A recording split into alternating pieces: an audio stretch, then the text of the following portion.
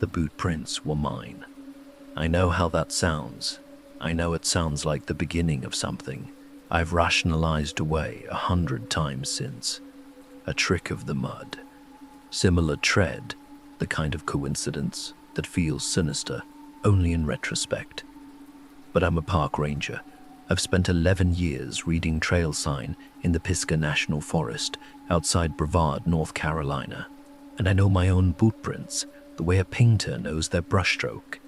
These Appalachian horror stories always start the same way, with something small, something you can still explain, something that lets you keep walking. It was a Tuesday night in late October 2023. I was 20 minutes into a routine marker check on the Laurel Mountain Trail, a 7-mile out and back I've walked so many times I could do it blind. The temperature had dropped into the low 40s. The clay soil along the first switchback was soft from 2 days of rain. Perfect tracking conditions. That's what I remember thinking. Perfect tracking conditions. The prints appeared just past mile marker 2. They were pressed deep and deliberate into the mud. Heading up the trail in front of me, the lug pattern was unmistakable. The asymmetrical diamond grid of my Salomon X Ultra 4's size 11. With the slight outward roll on the right heel I've had since I twisted my ankle on the Graveyard Fields loop 4 years ago. My specific boots, my specific gait. The rational part of my brain, the part I've spent a career sharpening, began constructing explanations immediately. Salomon is a common brand. A lot of rangers run the same boot. Someone else on the trail, maybe a late hiker, nothing more. I picked up my pace. The prints didn't lead to a person.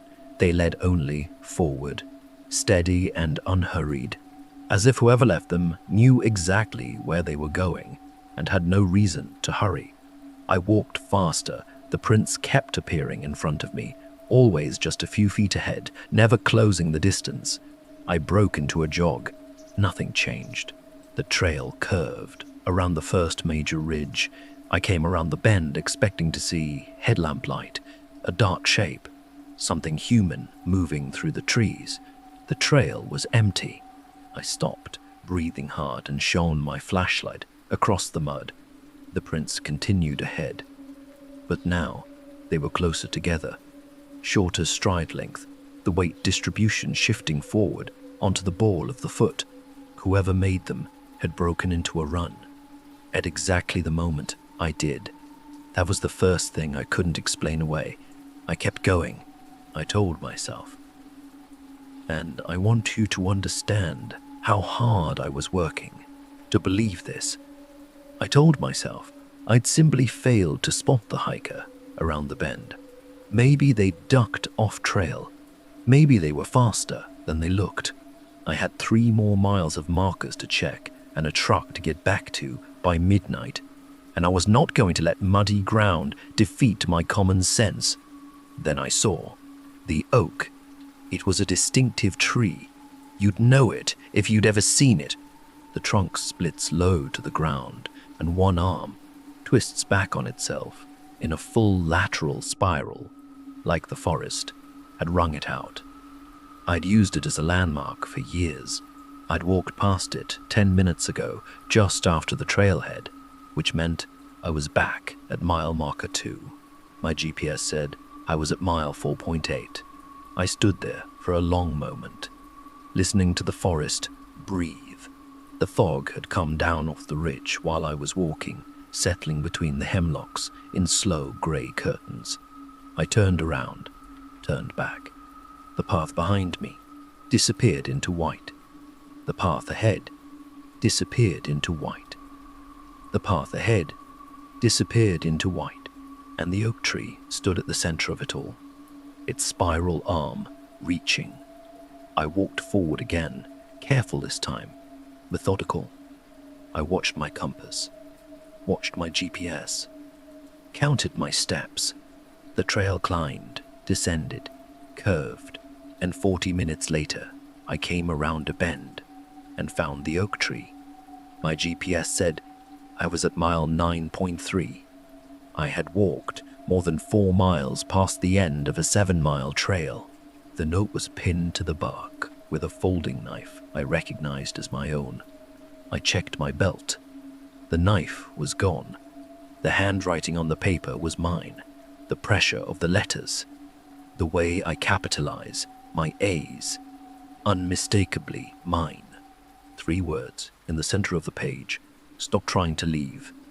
I don't remember getting back to the truck. My next clear memory is sitting in the cab with the heater running, watching my hands shake against the steering wheel. The GPS showed my truck in the trailhead parking lot. My boots were caked in clay mud. The knife was back on my belt. The note was in my jacket pocket. I still have it. I've shown it to 2 handwriting analysts, both of whom confirmed it matches my own writing within normal variation. I have not been back to the Laurel Mountain Trail. I don't think the trail would let me find anything different if I did. If you know the Appalachian Trail, you know these park ranger horror stories have a way of following people home. This one never left. File 2 from the Park Ranger Files, a dispatch desk in Elkins, West Virginia. The ranger who submitted it asked that his name not be used. He said the sound is still in his head. Marcus walked into the break room at 3:14 a.m. to get a cup of coffee, and I know the exact time because I had just logged it in the dispatch record.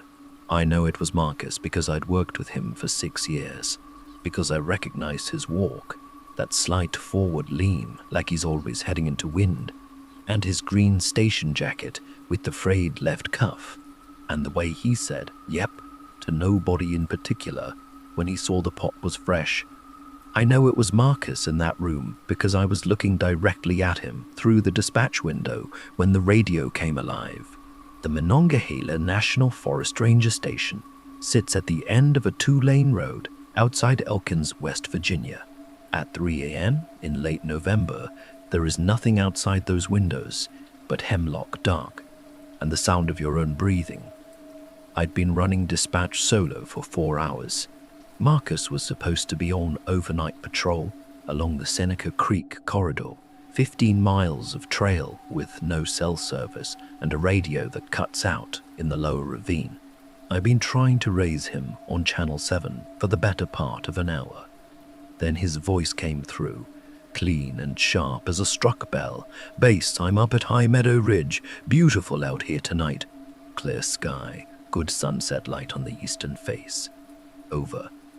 My hand was on the mic before my brain fully processed what he'd said. Sunset light, clear sky. It was 3:14 a.m. "Marcus, this is base. What's your current location?" "Over. High Meadow Ridge." The same calm certainty. "Best view in the district. Right now, you can see all the way to Spruce Mountain." "Over." I looked through the dispatch window. Marcus lifted his coffee cup, glanced up at the station clock on the wall, set the cup down. "Copy, Marcus. Condition check. What is the current light like at your position?" "Over." A pause. Then, sunset. Maybe 45 minutes of light left. Beautiful. The clock on the wall behind the man in the break room read 3:15 a.m. I set down the mic and knocked on the break room window. Marcus looked up. I held up the radio handset, pointed at it, pointed at him. He shrugged, the particular shrug he uses when he's genuinely confused, and walked to the door between the rooms. "What's up?" he said. "When did you get back?" I asked. "Back?" He looked at me like I'd asked him something in another language. "I never went out. Shift got reassigned. Delgado took Seneca Creek. I've been doing paperwork since 11. The radio was still open on Channel 7. We both heard it at the same moment. The voice from High Meadow Ridge, still transmitting, still describing the sunset light on a black November morning. Marcus's voice. Marcus's cadence. The tiny upward inflection he uses at the end of sentences, the one his ex-wife used to tease him about. Then the voice stopped, describing the view. It started laughing. Not the laughter of someone enjoying a joke, the laughter of something that has just been seen, that has just realized it's been caught, and finds this funnier than you could possibly understand. It rose in pitch and fell again, cycling through registers of Marcus's laugh I recognized from 6 years of shared shifts and one very drunk department Christmas party.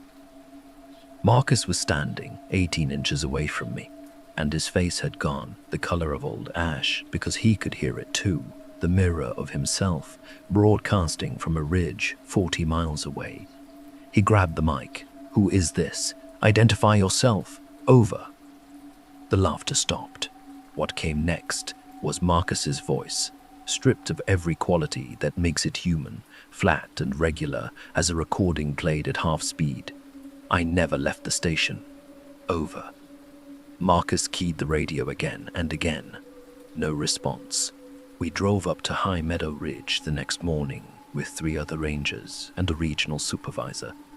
The meadow was empty. The frost on the grass was undisturbed. No boot prints, no equipment.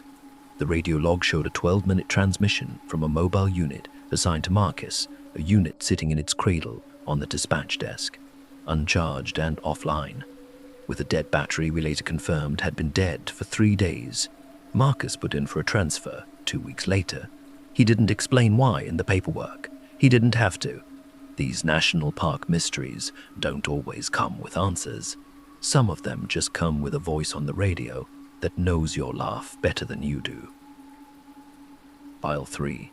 The park ranger files don't usually include what this ranger found in the Cherokee National Forest.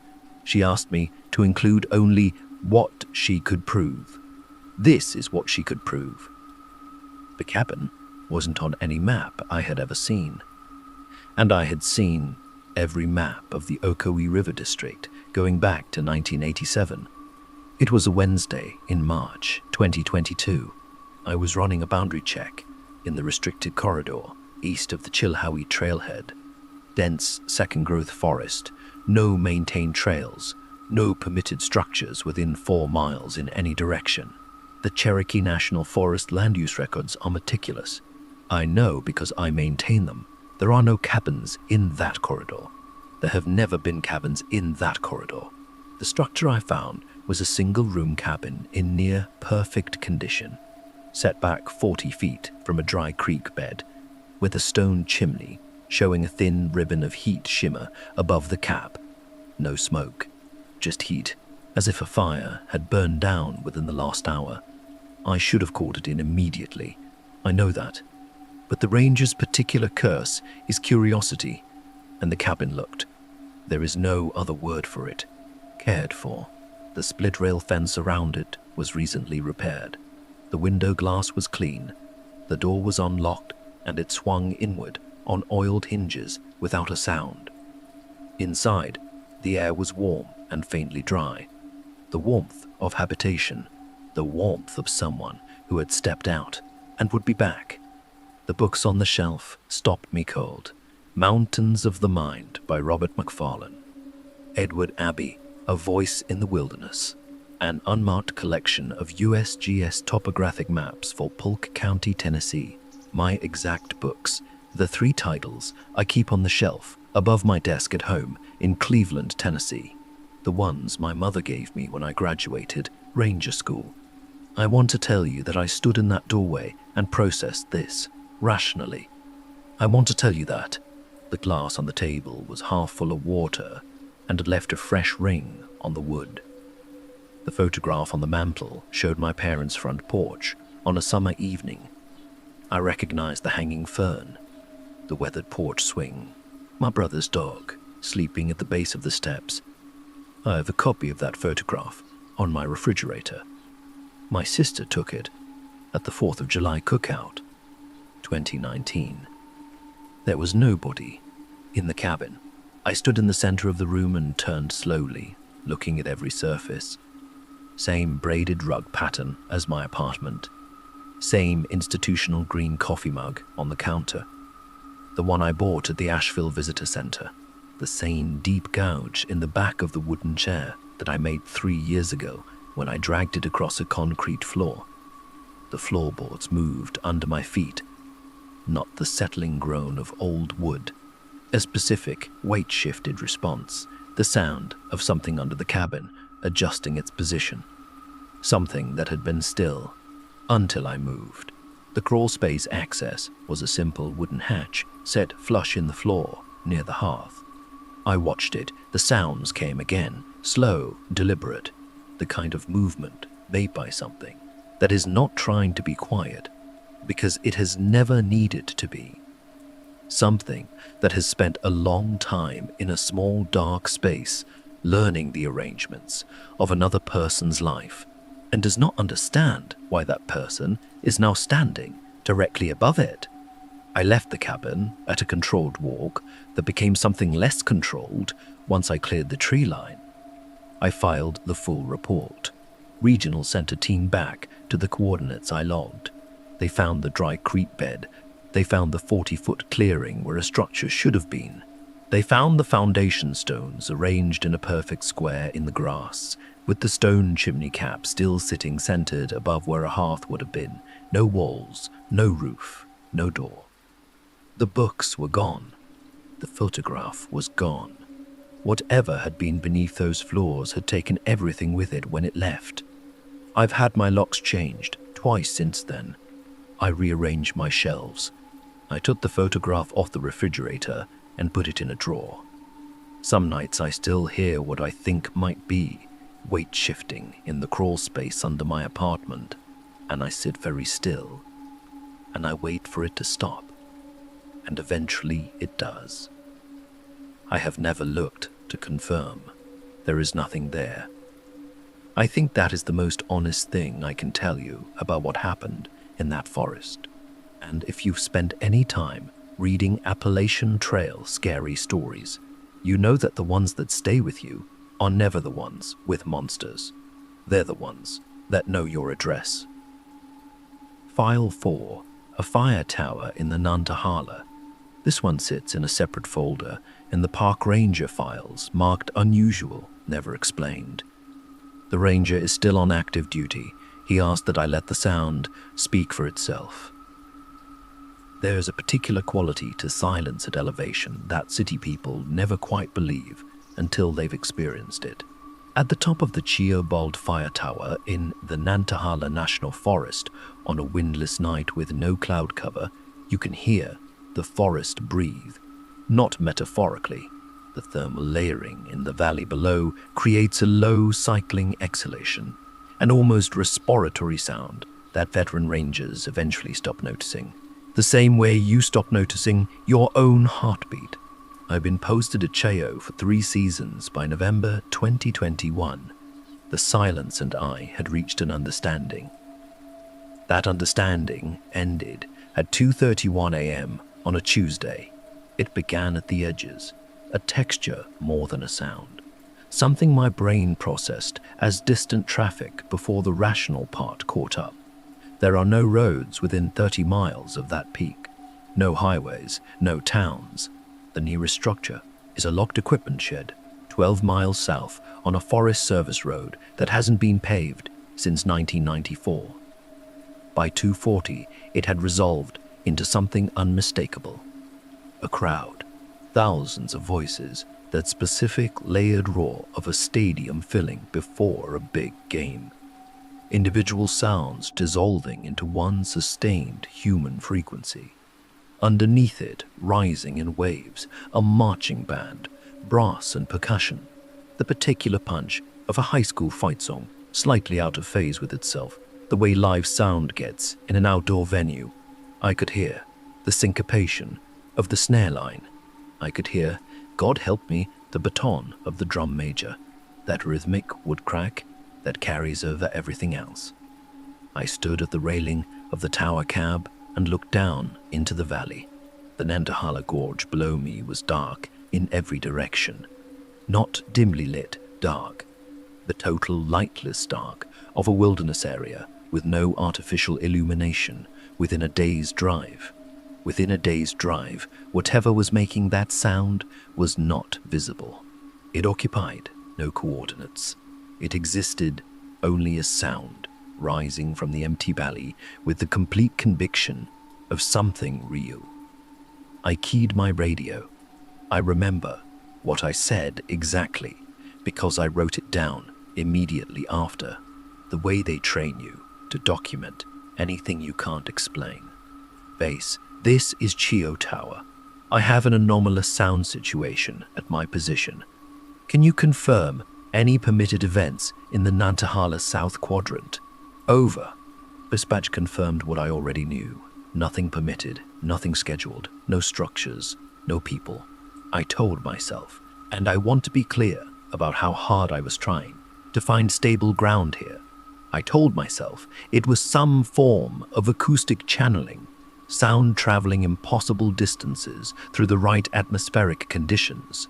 A football game in Murphy maybe, 40 miles away, bent up the gorge by temperature inversion. I've heard of it happening. I've heard of stranger things. Then the sound began to move. Not fade, move. The roar of the crowd shifted in direction, the way a living thing shifts, reorienting, climbing the lower ridges of the gorge in a way that sound carried by atmospheric inversion simply does not do. It was ascending toward the tower, deliberately, at something close to walking pace.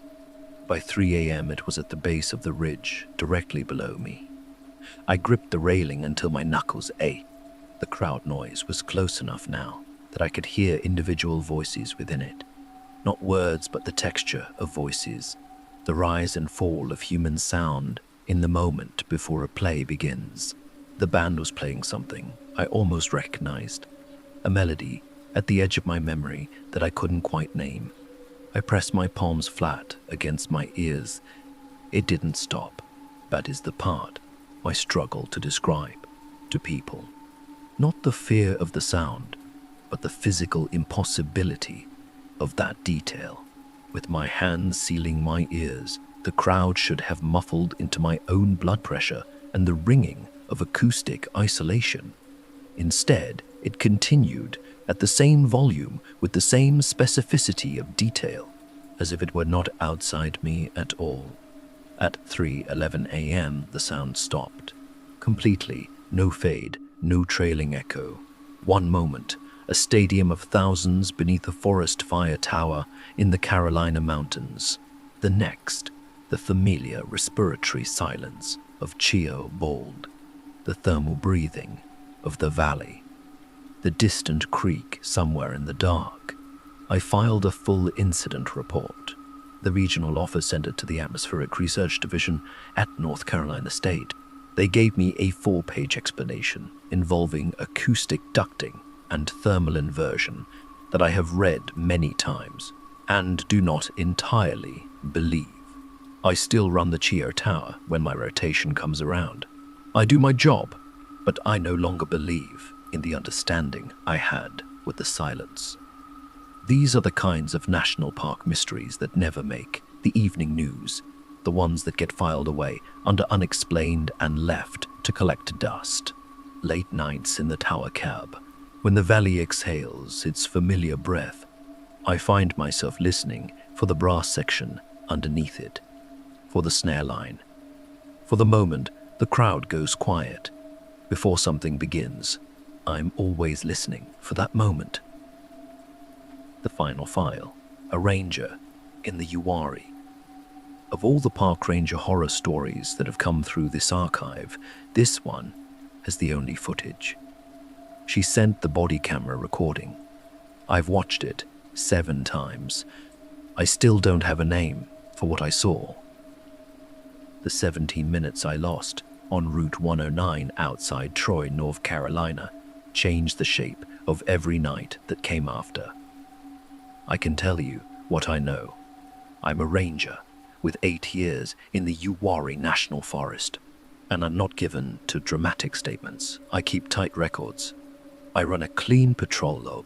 On the night of September 14th, 2022, my records show a 17-minute gap between 1:14 a.m. and 1:31 a.m., during which my patrol vehicle traveled 0 additional miles, consumed approximately 6 gallons of fuel, and accumulated interior windshield contamination of unknown origin.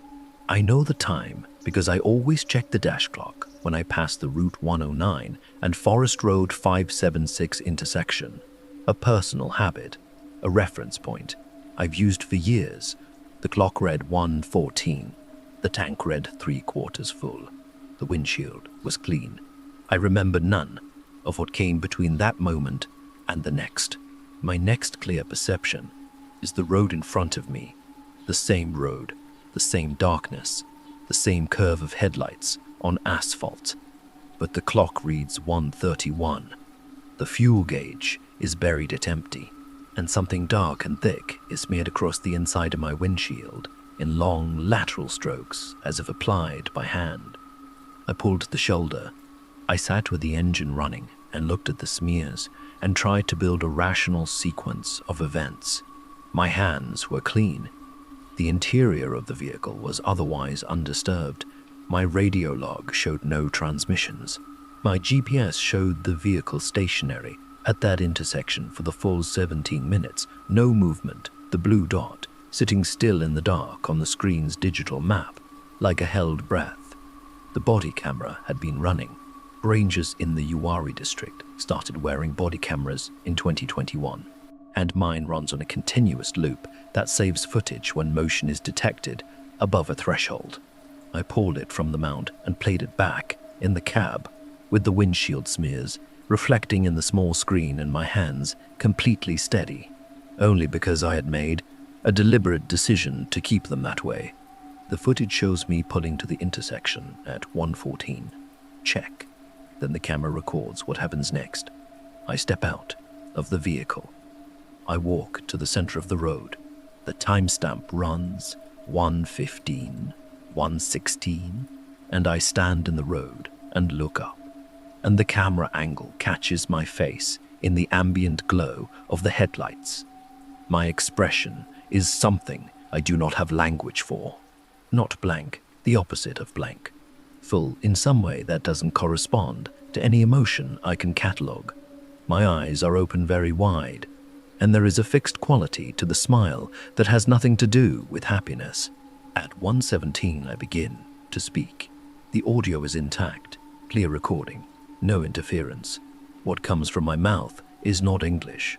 It is not any language I have been able to identify through 6 consultations with university linguistics departments, one of whom described it as possessing phonemic structures inconsistent with known human language families and asked me not to share the recording publicly. The sound of it is difficult to describe. It has a grinding, layered quality, like 2 voices occupying the same frequency, neither quite synchronized with the other. I speak for 11 minutes. My posture doesn't change. My gaze doesn't drop from the moon. The smile doesn't move. At 1:28, I stop speaking. I stand in silence for 2 minutes and 43 seconds, still looking up. Then I walk back to the vehicle, get in, close the door, and the next thing I consciously remember is the sound of the engine and the smears on the windshield and my hands on the wheel. The body camera shows no one else at the intersection, no vehicle, no light source other than my own headlights. The footage of the surrounding forest is dark and still and absolutely, completely normal, except for the figure of me standing in the road, delivering 11 minutes of something that is not language to a sky that shows no visible response. I have not been able to identify the black substance on the windshield. The crime lab returned it as organic material, complex carbon structure, no match in their database. I still work the Uwharrie. I don't know what else I would do. But there is something I've never put in any report, something I've told only one other person, and I'm telling you now because I think it matters. When I watch that footage, the 7th time, the 10th time, there is a specific moment, around minute 9, where the figure of me in the road turns its face toward the camera, not toward the tree line, not tracking a sound, directly toward the mounted camera on the vehicle dash, as if it knows exactly where it is, and it smiles differently, just for a moment. A private smile, the smile of something that has been doing this for a very long time and is not particularly concerned about being recorded. These true horror stories from the Appalachian region don't get easier with time. I still have 17 minutes I cannot account for. I still check the clock when I arrive at that intersection and check it again when I'm clear. So far, the numbers have always matched. So far, the numbers have always matched. That closes the archive for tonight. These true horror stories from the Appalachian Trail are still open, still unexplained, still waiting. Subscribe and send your own files. Click the tape on your screen right now.